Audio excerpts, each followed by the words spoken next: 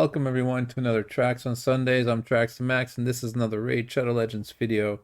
Guys, today we're gonna do something I don't think I've ever actually done on a channel, and we're gonna talk about Hydra, because I saw a video earlier today of a German Raid Shadow Legends player, and he actually made a video about another German Raid Shadow Legends player. I'll link them both in the description. One is Bronco, and that's the video I watched, and the other one was called, I gotta lie, Ersi?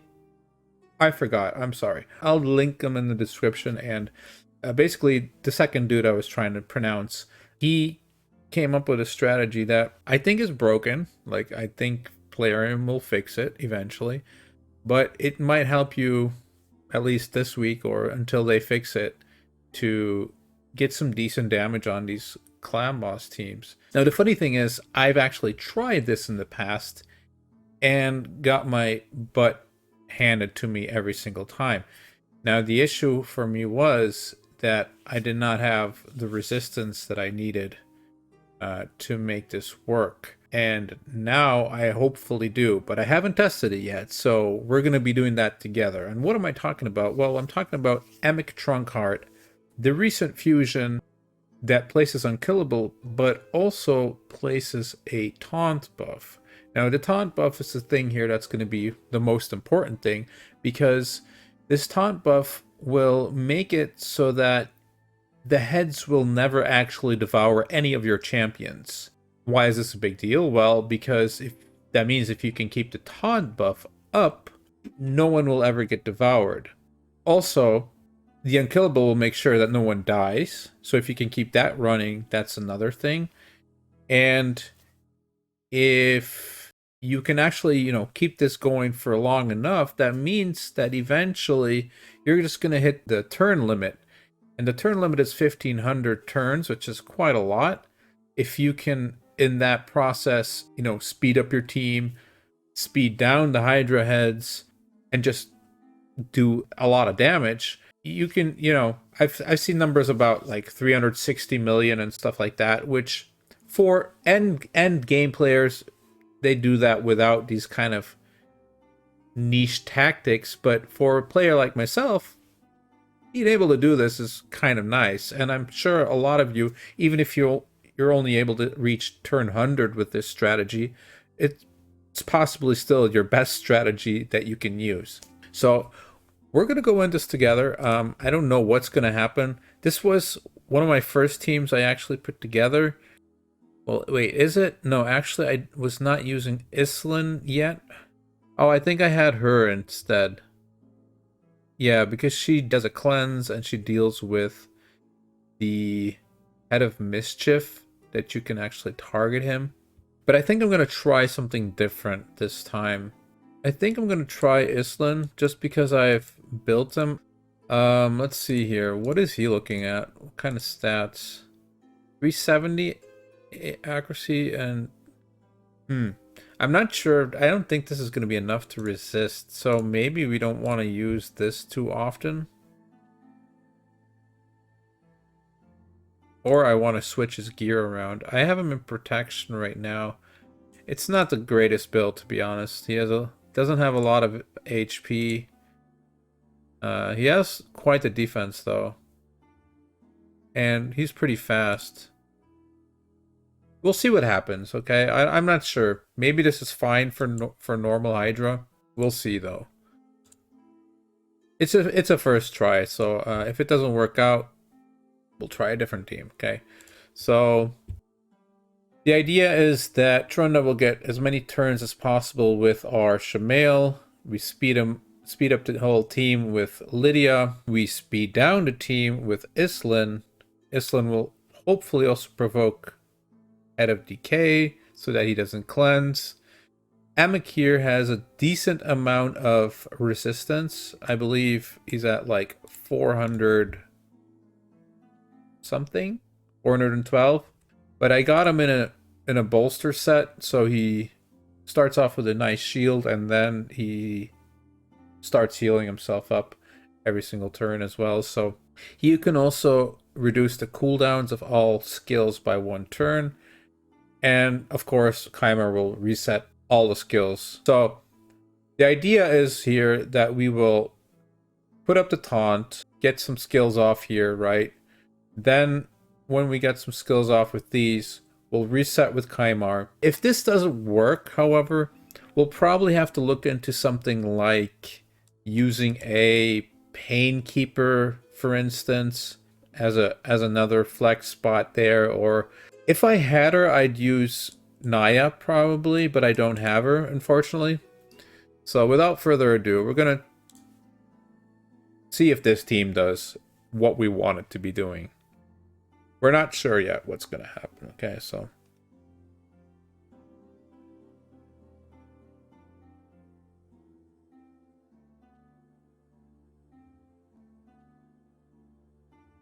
there goes another devoured champion.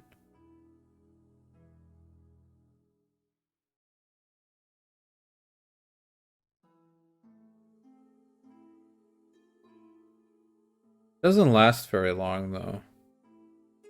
Both Shemail and Trunda can knock him out pretty easily. And then Trunda just comes and smacks the crap out of all the heads again, and there they go. Now Emic uses the stupid taunt buff again. Dude, AI in this game. I'm actually always amazed when I see people who have like these full auto teams on even like Nightmare and stuff, and they're getting such crazy numbers in Hydra, because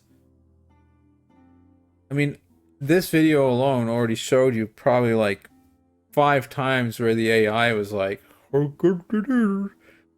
let's do this because whatever stupid reason. It's just aggravating, man, how dumb this AI is, right? It's like it's just disgrace for other AI, frankly. The Hydra, the champion AI in Hydra is a disgrace to all other AI. Why are they doing the things they're doing?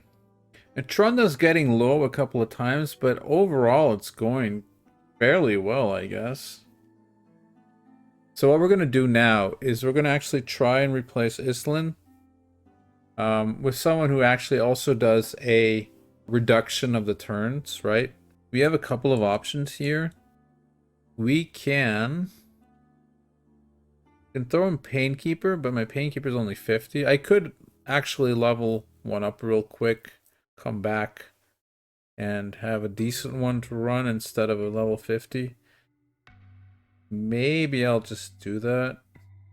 Although I don't really know if it matters that much. Like, I can't get the masteries on him anyway. Like, I don't have the energy or the gems for the energy for that right now anyway. And I don't think they have masteries. No, they don't.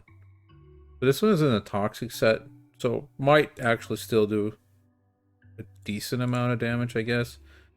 Let's see, what kind of stats are we looking at? 232, that's decent. Obviously, he's not going to have a lot of HP or defense or anything of that, but that doesn't matter that much if she's unkillable the entire run, right? So yeah, let's just try her real quick.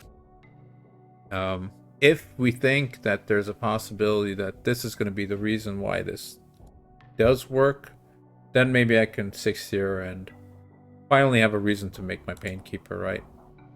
Because I have 2 with 4-star blessings, which is pretty cool, but just no real reason to build them yet.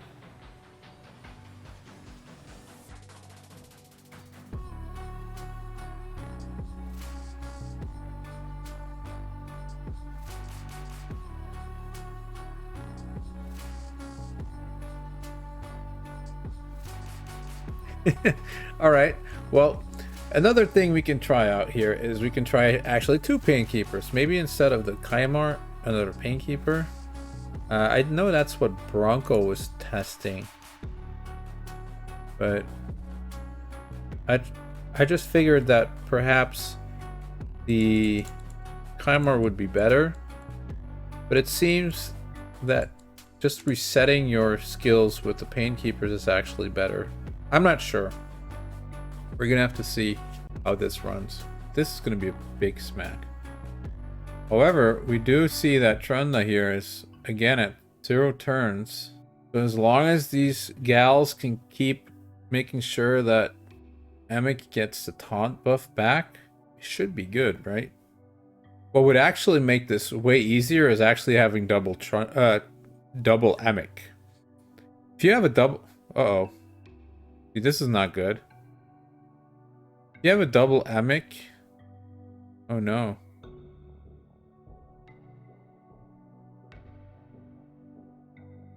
Yep, this is where she gets devoured. Because I can't get back to the taunt in time. Whoop. Bummer. Well, you did see that she was staying alive for a long... Well, she wasn't getting devoured for a very long time. As long as that taunt buff was up, right? There's actually another thing we could do then that may help that situation, which is bring another dude with taunt buff instead of a Painkeeper. Ooh, that's an... Yeah, now the run's definitely over. So what happened here was Trunda killed herself on reflect damage of this dude. So yeah, we can't full auto this yet, unfortunately. But I hope it's clear what the idea really is, you know? So if you have an Emic, you could possibly just keep this team alive infinitively. Gonna try this. Alright, on full auto, not exactly the best score either, right? I'm going to see if we can do this manually and see if that helps anything at all. Oh, there goes our Painkeeper. Well, shucks. And there goes the second one. Yeah, well, it's not optimal yet, but I hope that you guys could, you know, see the potential here. What you can actually do with Emic and this ability that is probably broken. Yeah, I don't think this is the way Plarium intended it to be. So are they going to nerf Emic again? I don't know. Actually, it's not only Emic that they're going to be nerfing then, right? Because let's see here. There's more champions that have buff.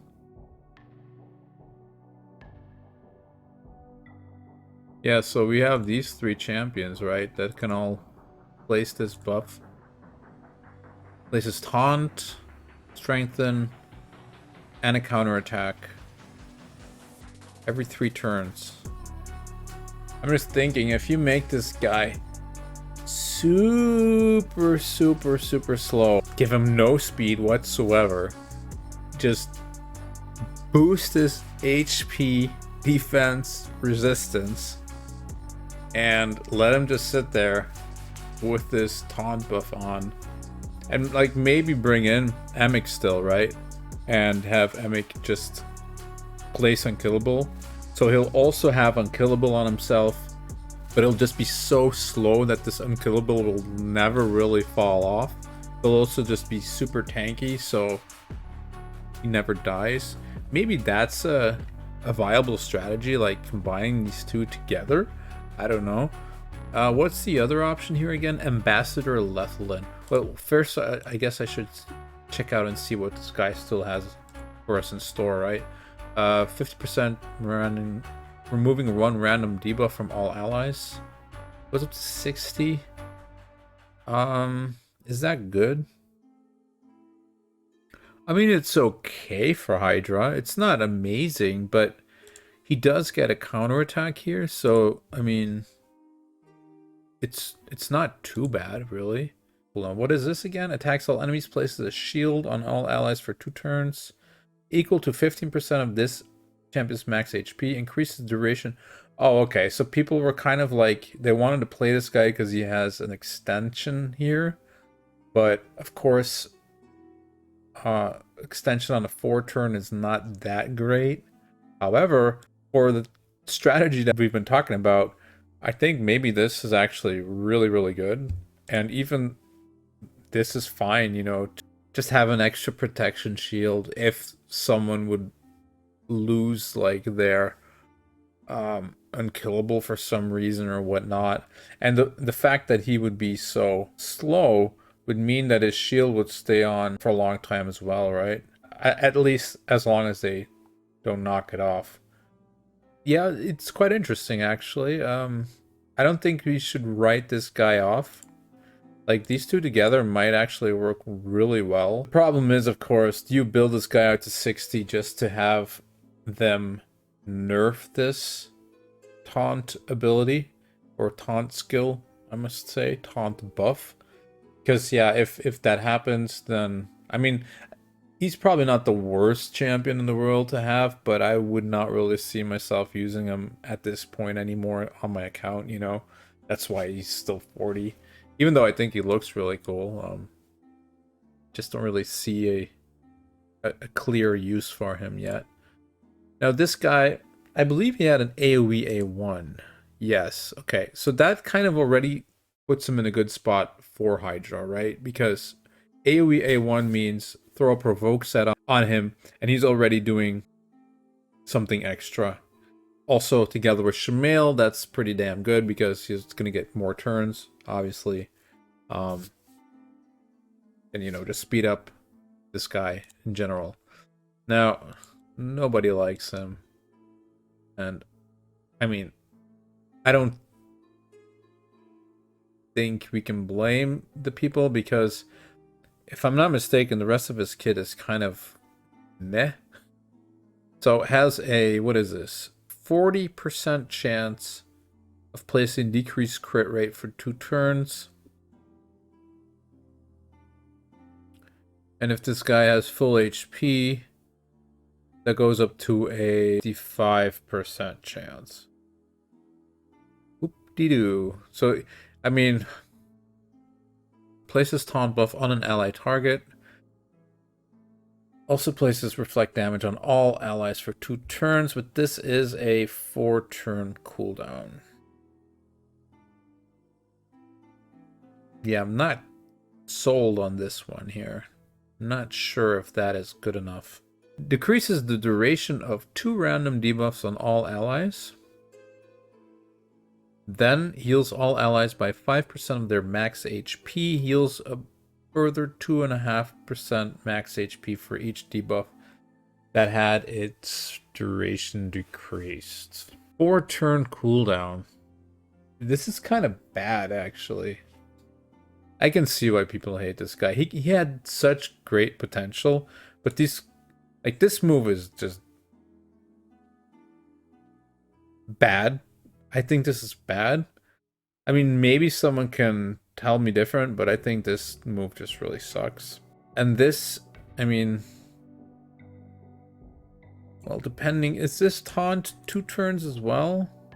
Okay, so this is only 1 turn though. So I guess in that aspect, this is possibly better. Because, you know, in fact, if you run like the Emic next to it, it's going to be a 3-turn cooldown basically, right? Another Painkeeper. You could possibly just have a taunt up all the time, maybe. If you speed tune it right, I guess. But I'm not completely sure how that's supposed to work. And if you're not just better off making this guy get his Lure of Fools back immediately. Because he also, like, at least when he counterattacks, he has a 60% chance of removing, like completely gone, removing one random debuff from all allies. Okay, he doesn't heal, but he does place a shield, and yeah, he's basically gonna be doing this all day long, right? These two. Yeah, and this guy gets a 4.6 on Hydra, which is, you know, that's not bad. That's pretty good for just a normal epic. So, yeah. I guess the too lazy didn't read of this is taunt is broken in Hydra. So if you can figure out a way to get your champions to have taunt up 100% of the fight, that means no one will ever get eaten. Obviously, you need to make sure that taunt buff doesn't get stolen. That's not always easy because, well, you still have the 3% chance that they take it anyway, even though you have enough resistance. So, but I have seen the original creator of the idea take the team to 1500 turns. So again, I'll be linking those dudes in my description. Go check out their videos. Hit them, give them a like and a subscribe if you haven't yet. And yeah, let me know what you think about this whole thing. Hope you guys have a nice rest of the week, and catch you guys next week. Peace.